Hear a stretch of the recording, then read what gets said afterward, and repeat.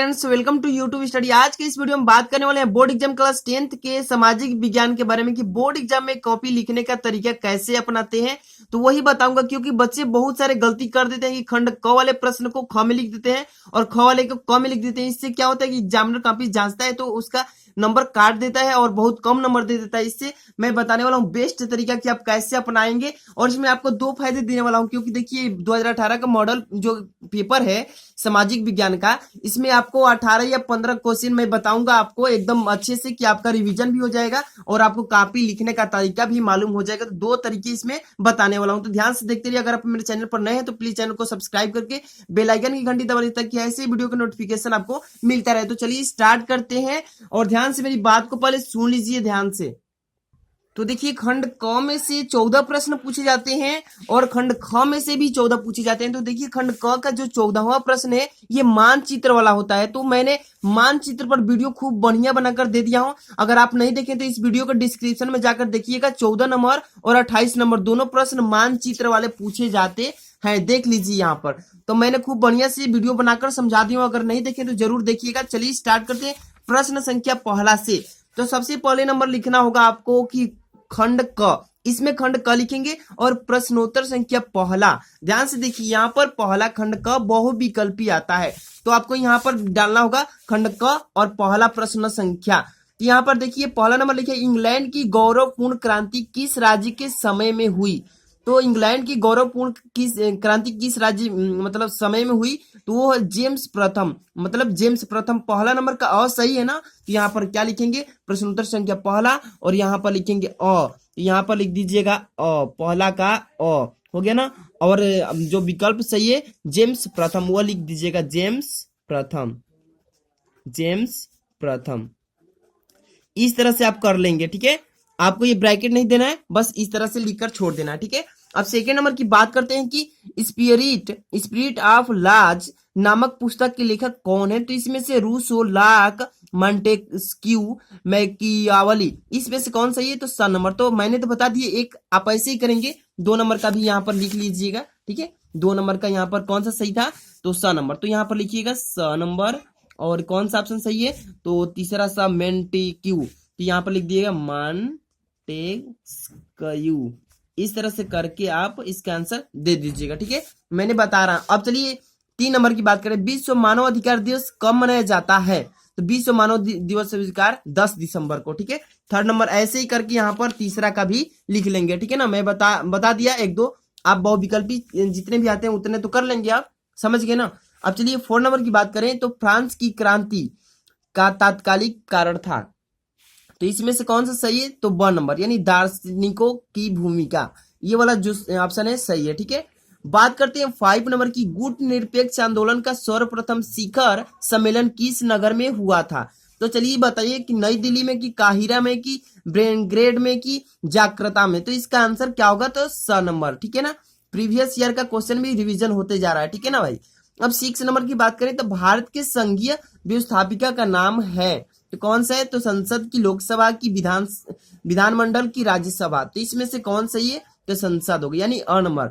आपको बता दिया मैंने 6, तो 6 को ऐसे ही फॉलो करके आप 6 का आंसर यहाँ पर दे दीजिएगा, ठीक है ना। ऐसे ही आप भी उत्तर डालिएगा, ठीक है ना, तब भी आपको अच्छा नंबर मिलेगा। चलिए अब बात करते हैं 7 नंबर की। तो यहाँ पर ध्यान से देखते रहिए, मैं आपको वही वाला दिखाने वाला हूँ, तो बस ध्यान से आप देखिएगा।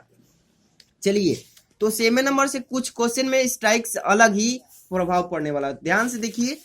7 नंबर अति लघुत्तरी प्रश्न, तो यहाँ पर आपको लिखना पड़ेगा अति लघुत्तरी प्रश्न। वहां पर बहुविकल्पी लिख लीजिएगा, छूट गया है, ठीक है ना।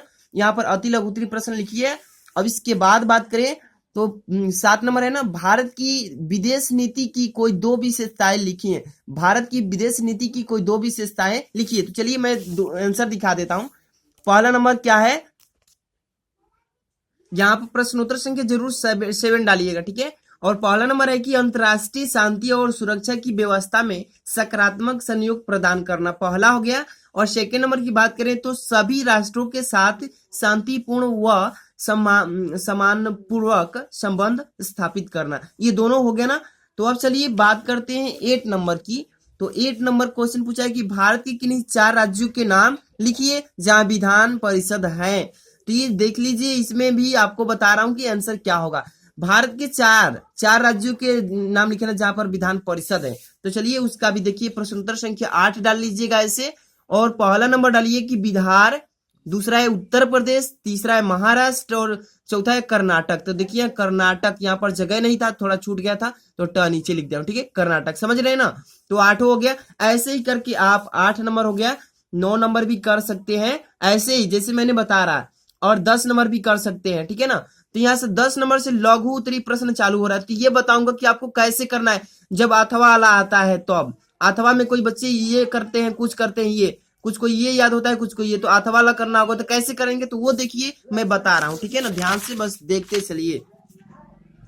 तो सबसे पहले देखिए यहाँ पर लघु उत्तरी है ना, लघु उत्तरी प्रश्न 10 नंबर, 10 नंबर है, 10 का एक 10 नंबर दिया और इसका अथवा भी दिया है, दोनों में से कोई एक करेंगे तो उतना ही नंबर मिलेगा, ठीक है।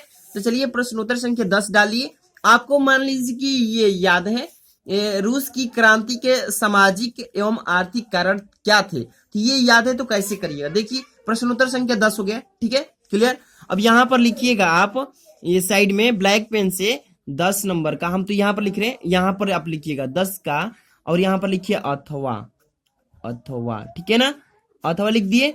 अब कुछ नहीं, आप यहाँ पर अथवा लिखने के बाद आपको कुछ नहीं करना है और इस प्रश्न का आंसर यहाँ पर लिख देना है सीधे सीधे। रूस की क्रांति सामाजिक और आर्थिक के कारण क्या थे, तो यहाँ से स्टार्ट करिएगा और अपना आंसर दे दीजिएगा, ठीक है ना, ठीक है, क्लियर।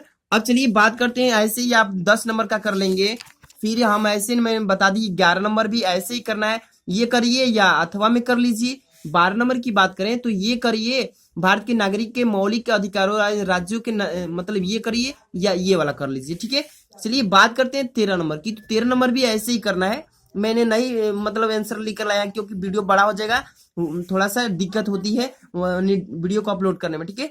इस तरह से 13 नंबर भी कर लीजिएगा और 14 नंबर को मैंने तो बता ही दिया, ठीक है, कि मैंने वीडियो बना दिया है ऑलरेडी, देख सकते हैं। चलिए अब करते हैं बात खंड ख की, बात करते हैं खंड ख की। तो ये भी प्रश्न जो आते हैं बहुविकल्पी आते हैं खंड ख में, पहले 6 नंबर के। तो चलिए इसमें भी मैं बता देता हूँ ऑलरेडी सब कुछ। तो देखिए यहाँ पर खंड पहले लिखेंगे खंड ख, क्या लिखेंगे खंड ख ऐसे लिखेंगे, और बहुविकल्पी है तो यहाँ पर लिखेंगे बहुविकल्पीय प्रश्न, ठीक है।